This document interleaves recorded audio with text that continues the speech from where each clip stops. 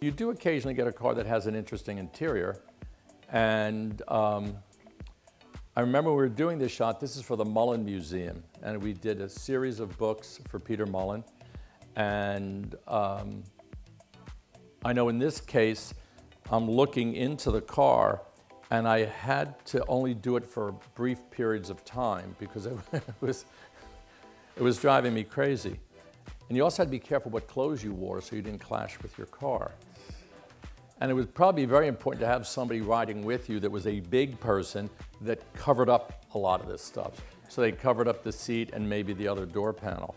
Now, again, I'm not a location photographer, and I'd been asked by a gentleman who's a car collector in the UK to photograph his yacht, and I kept turning him down, mostly because I didn't think I could live up to his expectations, because he liked my studio work, and I knew I'd be sick as a dog on his boat. I knew we might be shooting from helicopters, shooting the boats and everything, and I've shot from helicopters, and there's no need.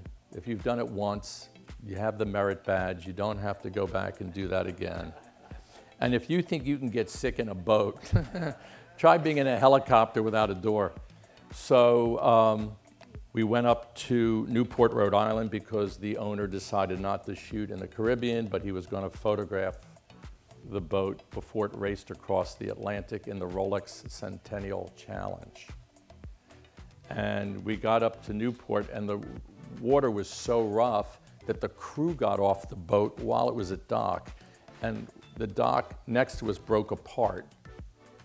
And little old me is below decks trying to photograph while the boat is rocking, which is fairly easy to do. If you lock the camera to the boat, as the boat moves, the camera moves with it. And if you can't take Dramamine, because then you won't be able to focus. But those little wristbands, if you wear enough of them, I got through this. I was the only person that didn't get sick. I look like the Michelin Man, but that's neither here nor there.